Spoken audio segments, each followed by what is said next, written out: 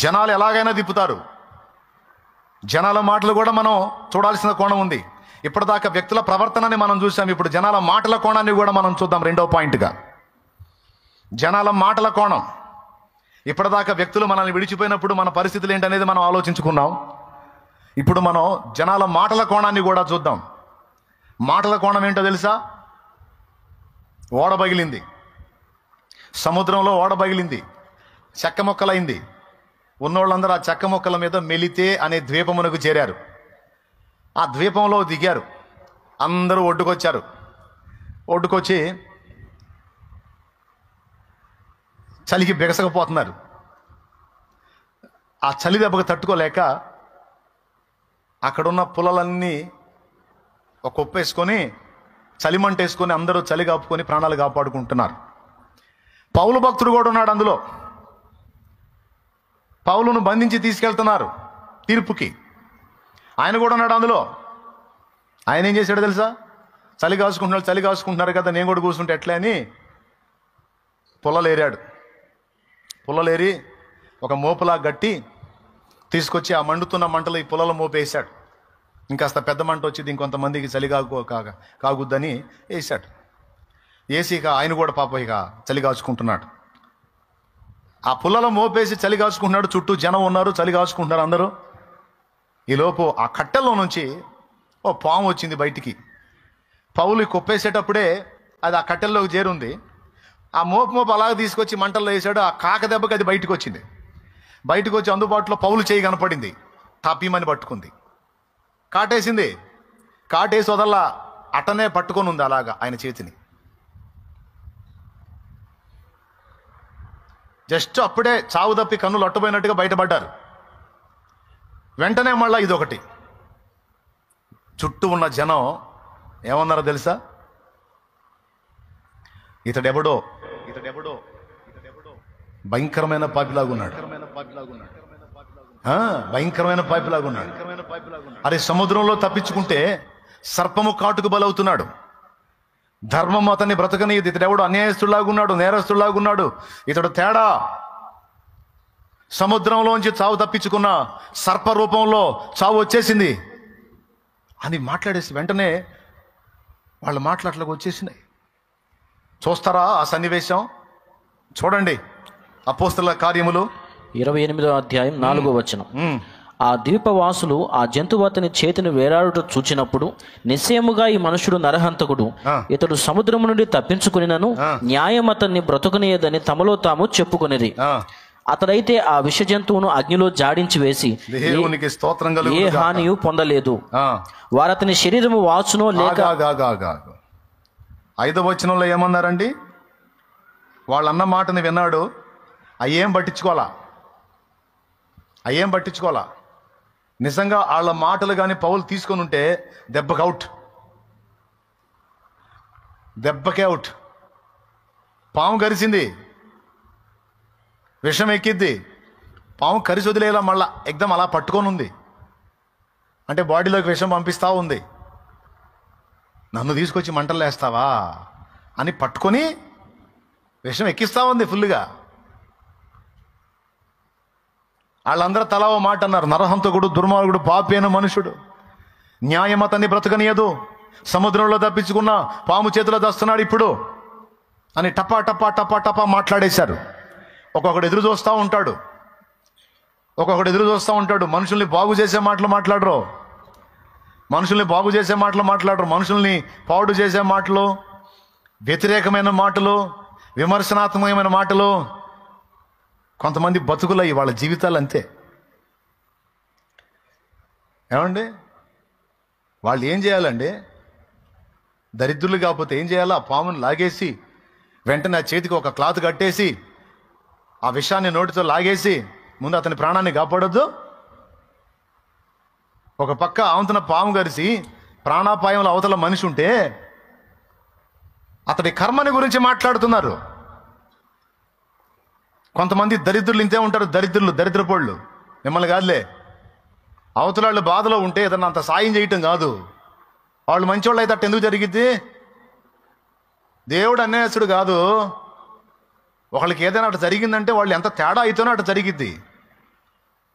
మంచోళ్ళు అయితే ఎందుకు జరిగిద్ది? ఇట్లాంటి పనికి మాలిన మాటలు మనం మాట్లాడొద్దు. మంచోడికి కష్టాలు రావా? నీతిమంతుడికి శ్రమలు రావా? దేవుని వాక్యం ఏం చెప్పింది? నీతిమంతునికి కలుగు ఆపదలు అనేకములు, అయినను వాటన్నిటి నుండి యెహోవా వాణ్ణి తప్పించును, కాపాడును. ఎవరైనా ఏదైనా ఇబ్బందిలో పడగానే, వాళ్ళకి ఏదైనా సమస్య రాగానే అది వాళ్ళు మంచోళ్ళు అయితే ఎందుకు జరిగింది? చెడిపోయిన వాళ్ళు కాబట్టి అట్ట జరిగింది. ఇదంతా కర్మ సిద్ధాంతం. ఈ కర్మ సిద్ధాంతం వాళ్ళు ఉన్నారాడా? ఈ కర్మ సిద్ధాంతపు మాటలు పౌలు పట్టించుకోవాలా? వాళ్ళ మాటలు నిజంగా నీ బోటోళ్ళు నా బోటోళ్ళు అయితే ఖచ్చితంగా తీసుకుంటారు. ఇక ఆవంతన పడి నురుగక్కుని గెలగలు దండుకొని సావటమే వాళ్ళ మాటలు దెబ్బకే. పౌలు అయితే ఏం చేశాడో తెలుసా? ఆ సర్పమును అగ్నిలో జాడించి వేసి, చదువు అక్కడ 5వ వచనం. అతడైతే ఆ విష జంతువును అగ్నిలో జాడించి వేసి ఏ హానియు పొందలేదు. 2 జాడించాడు ఆయన. ఆ విష జంతువును జాడించాడు. ఈ కర్మ సిద్ధాంతం వల్ల కర్మగాలిన మాటల్ని కూడా అని జాడించాడు. దేవునికి స్తోత్రం కలుగును గాక. జాడించేశాడండి. ఫస్ట్ పాయింట్ చెప్పాను, ఈ 2వ పాయింట్ చెప్తున్నాను. జాడించి వేయటం నేర్చుకో. జాడించి వేయటం నేర్చుకో. ప్రతి చిన్న మాటకి కొంతమంది ఎంత సున్నితం అంటే, ఒకప్పుడు నేను అంతే సెన్సిటివ్ అండి. అసలు ఒక్క మాట పడటం ఇష్టం ఉండదు నాకు. కూడు కూడా మానుకొని ఆలోచిస్తూ ఉండేవాడిని, తిండి కూడా మానుకొని. ఎందుకంటే మాట పడను. ఎవరంటే అసలు బాధ, ఇక లాక్కుంటా పీక్కుంటా ఉంటాను. ఆఖరి కన్న తల్లన్నా ఒప్పుకోను. 2 రోజులైనా సరే తిండి మానుకొని ఆంతున కూర్చుంటా. మాట పడటం ఇష్టం ఉండదు. దేవుడు నేర్పాడు, ఒరే నీ ద్వారా నేను చేసే పని చేసుకుంటా పోతే మొరుగుతానే ఉంటే ఆ కుక్కలతో నీకెందుకు, నువ్వు వారా అంటాడు ఆయన.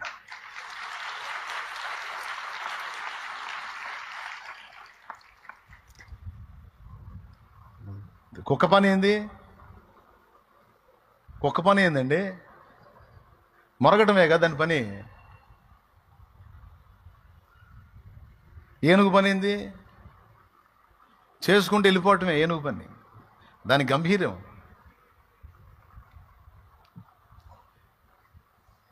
మురిగే కుక్కలు మొరుగుతానే ఉంటాయి, వాటి పని మొరగటమే. ఆ మురిగేదేదో సువార్త మురిగితే బాగుండు, 4 ఆత్మలు రక్షించబడతాయి. ఆ మురిగేదేదో యేసయ్య వార్త మురిగితే బాగుండు, అన్ని జనుల మధ్యలోకి వెళ్ళి. అబ్బాయి ఇప్పుడు అది ఆ మొరగటం ఆపేశారు. అది మొరగటం ఆపేసి వాళ్ళ మీద వీళ్ళ మీద వాళ్ళ మీద మొరిగి ఏమండి, ఈ మొరుగుడే వాళ్ళ బతుకంతా. నీ మీద మొరిగే వాళ్ళు కూడా ఉంటారు. ఆ మొరిగే కుక్కలను పట్టించుకోకుండా ఏనుగు గంభీరంగా సాగిపోయినట్టు సాగిపోవటమే మన పని. దేవునికి స్తోత్రం కలుగునుగాక. హల్లెలూయా. కుక్క మొరిగిందని ఏనుగు ఆగిద్దా?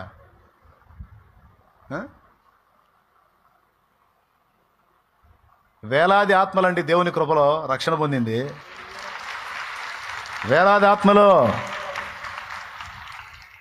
ఇక నేను చెప్పడానికి కూడా లేదు, అక్కడ సంఖ్య మీరు చూశారు. ఇక నేను చెప్పేది హెచ్చులుగా ఉంటుంది. వేలాది ఆత్మల రక్షణ కార్యం జరిగింది. ఇక ఈ లైన్లో ఉంటాయిగా, కుక్కల లైన్లో ఉంటాయిగా, వాటి పని అవి చేయాలిగా. మరి అవి ఈ లైన్లోకి వస్తాయిగా. ఇప్పుడే కాదు, ప్రతిసారి. కానీ మీకు అందరికీ చెప్తున్నాను, నేనైనా మీరైనా ఎవరైనా పొగిడినప్పుడు పొంగకూడదు, విమర్శించినప్పుడు కృంగకూడదు, లెక్క కూడా చేయకూడదు. జాడించి అవతల పడేసేయమన్నాడు దేవుడు. జాడించి అవతల పడేసాయి. సర్పాలతో నీకెందుకురా? సర్ప సంబంధుల మాటలతో నీకెందుకో? నీతో మాట్లాడుతున్నాడు ఈవేళ. అప్పుడప్పుడే నాలుక తిప్పేస్తారు మనుషుల మాటలు. అప్పుడే పొగుడతారు, అప్పుడే మళ్ళీ తిప్పేస్తారు నాలుక. మనుషుల మాటలు లెక్క కూడా చేయొద్దు. ఇప్పుడు వీళ్ళు చేశారు అదే పని. వీళ్ళు చేశారండి. పాము గరిసినప్పుడేమో నరహంతకుడు అన్నారు. పాము గరిసినప్పుడు పాము అతని చేతిని వేలాడుతున్నప్పుడేమో నరహంతకుడు, న్యాయం అతన్ని బ్రతకనీయదు, దుర్మార్గుడు, పాపాత్ముడు పోతాడు ఇంకా సేపట్లో అనుకున్నారు. మీలాంటి నాలాంటి బలహీనుడై ఉంటే పౌలు అయ్యో నిజంగా నేను చచ్చిపోతా పోయేవాడు. ఎరా అని దులిపేశాడు అంచున. ఆ మంటలోనే దులిపేశాడు. పామేమో కాలిపోయింది, ఈ నోళ్ళేమో మూతపడ్డాయి. పట్టిన పాము కాలిపోయింది, తిట్టిన నోళ్ళు మూతపడ్డాయి. ఇప్పుడు గమనిస్తా ఉన్నారు ఏమైద్దో అతని శరీరము వాచునో అకస్మాత్తుగా పడి చచ్చునో అని కనిపెట్టుచుండేది. కనిపెట్టకపోతే ఏదన్నా వైద్యం చేయొచ్చు కదండి. వీళ్ళని ఏం తీసుకొని కొట్టాలండి నాకు అర్థం కాదు. చెప్పు తీసుకొని కొట్టాలా లేకపోతే చేట తీసుకొని కొట్టాలా? ఈ దరిద్రుని ఏం చేయాలా? కేవలం మాటలకే పరిమితం, కేవలం మాటలకే పరిమితమై చేతలు లేని చేవ లేని చవట దద్దమల మాటలు మనం పట్టించుకోకూడదు.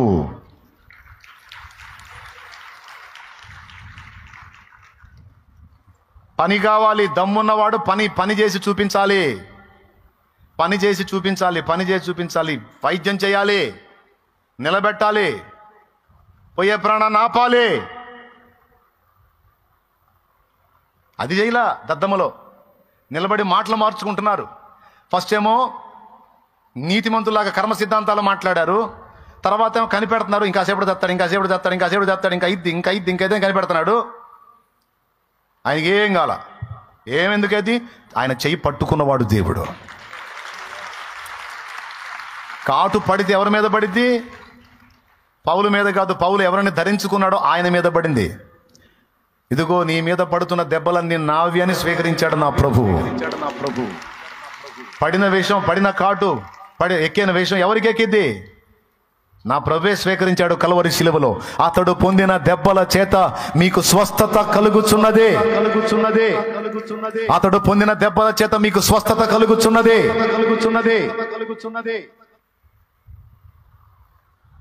దులిపేశాడు. హాయిగా చలిమంట కాసుకుంటా తనని అనుకుంటా కూర్చున్నాడు. అది ఏ జాతి పాము, అది గరిస్తే ఏమైందో వాళ్ళకి తెలుసు. ఊరోళ్ళు కదా, వాళ్ళకి తెలుసు, కర్మ బ్యాచ్కి తెలుసు.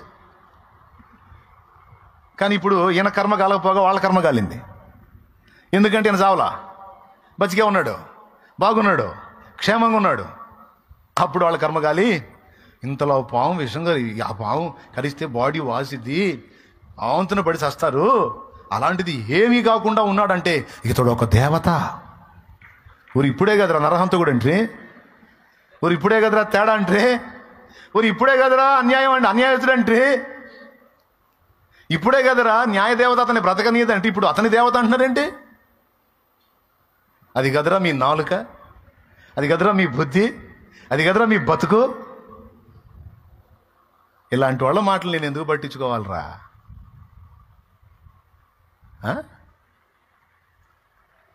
ఏదన్నా ఏమన్నా ఏం చేసినా నా యేసయ్య అనాలి, నా యేసయ్య చేయాలి. రాజుల రాజ ప్రభుల ప్రభువా నీకు సాటి ఎవరు లేరయ్యా.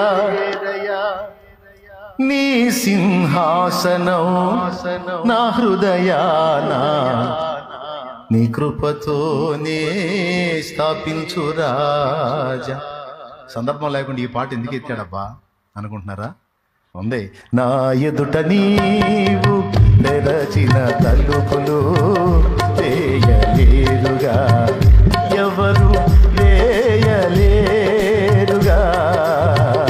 నీవు తెరచిన తలుపులు, నీవు తెరచిన తలుపులు, నా ఎదుట నీవు తెరచిన తలుపులు వేయలేరుగా, ఎవరు వేయలేరుగా.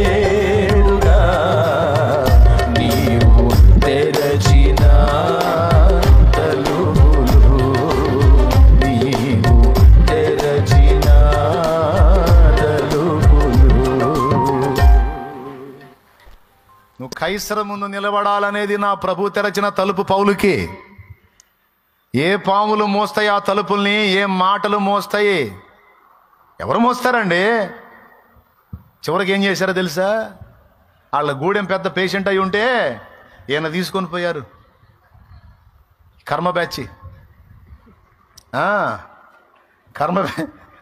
ఈ కర్మ వాళ్ళందరూ తీసుకొని పోతే పోయి ప్రార్థన చేస్తే ఆ రక్తభేది చేత బాధపడుతున్నాడు గూడెం పెద్ద తండ్రి. పోయి ముట్టి ప్రార్థన చేస్తే వాళ్ళు లేచాడు, బతికాడు, సచ్చేవాడు బతికాడు. రక్తభేది, రక్త విరోచనాలు, చచ్చిపోయే పరిస్థితికి వచ్చాడు. కరెక్ట్గా పౌలు పోయి చేతుల నుంచి ప్రార్థన చేశాడు, బతికి బయటకు వచ్చాడు. కార్యం జరిగింది అక్కడ. ఇక జైలు సత్కారాలు, సన్మానాలు. వచ్చిన వాళ్ళందరికీ పౌలతో కలిసి మొత్తానికి సాయం చేశారు. జాగ్రత్తగా సాగనంపారు. వదిలినట్టుంది వాళ్ళ కర్మ. దేవునికి స్తోత్రం కలుగును గాక.